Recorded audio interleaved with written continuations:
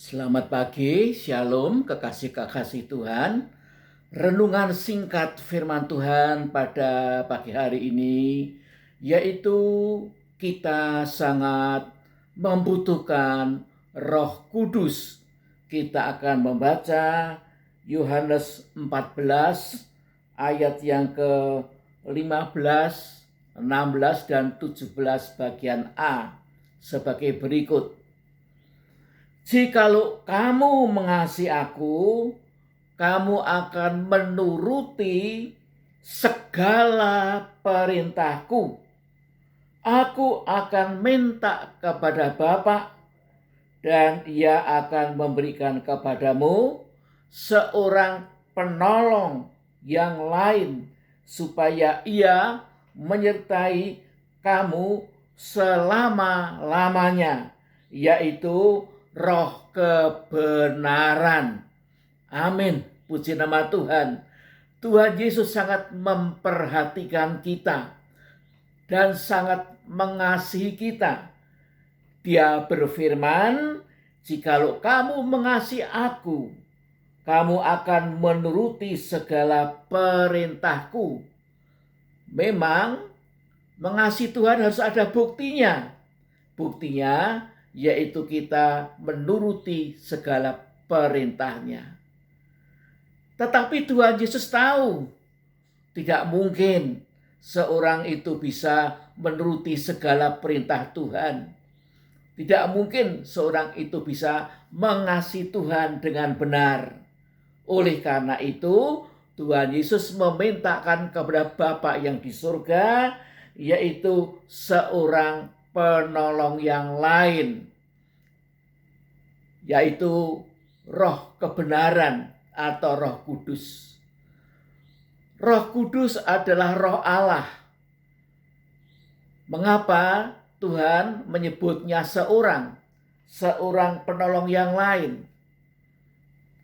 Karena Tuhan menunjukkan bahwa Roh Kudus itu satu pribadi yang memiliki pikiran, hikmat, dan pengetahuan ilahi.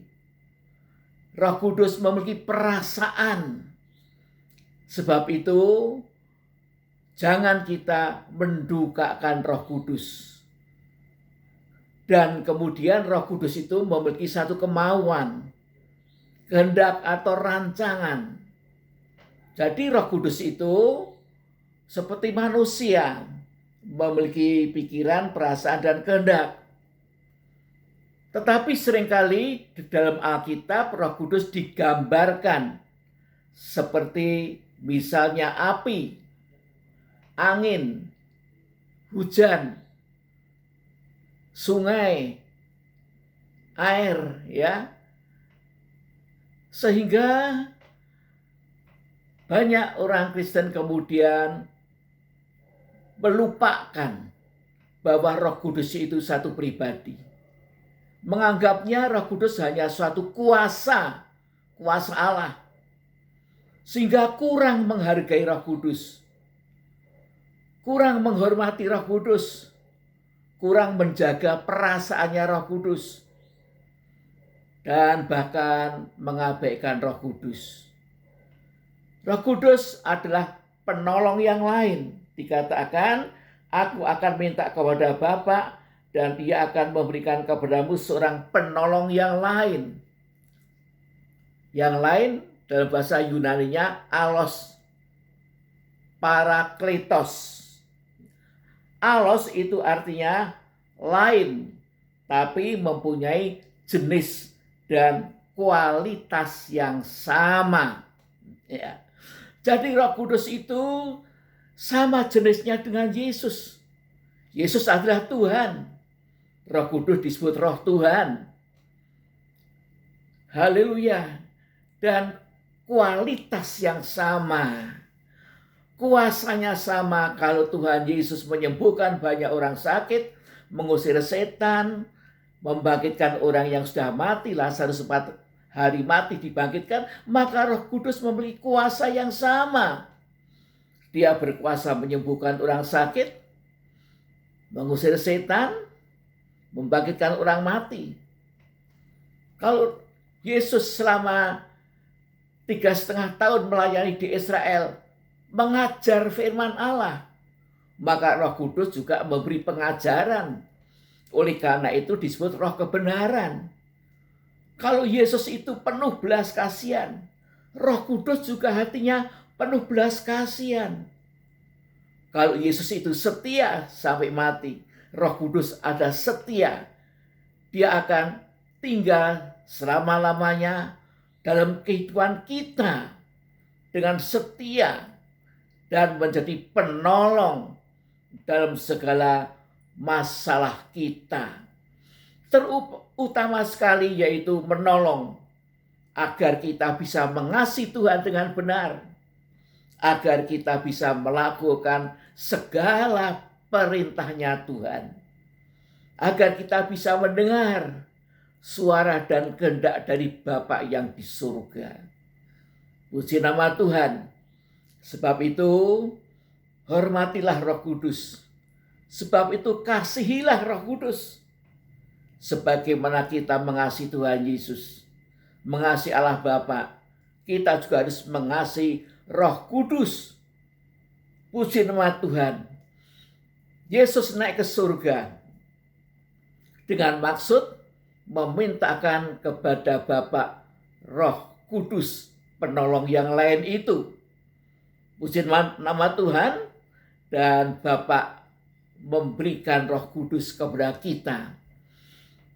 Kita yang memiliki hati yang mengasihi Tuhan, hati yang rindu menaati segala perintah Tuhan.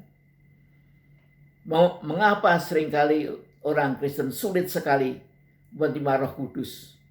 Karena Tuhan melihat hati kita. Hati kita mungkin dilihat tidak mengasihi Tuhan, tidak punya niat untuk melakukan segala perintah Bapa. Oleh sebab itu, mari kita bangkitkan hati yang mengasihi Tuhan dan hati yang senantiasa rindu untuk membuktikan kasih kita kepada Tuhan, yaitu kita rindu menuruti, menaati segala perintah Bapa yang di surga.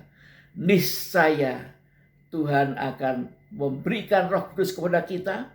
Kita akan dipenuhkan dengan Roh Kudus, dan Roh Kudus akan memampukan kita melakukan segala perintah Allah dan mengasihi kepada Bapa yang di surga. Sekian renungan singkat firman Allah pada pagi hari ini. Mari kita berdoa. Bapa yang di surga, terima kasih untuk firman-Mu yang singkat pada pagi hari ini, tetapi mengingatkan kami satu hal yang penting.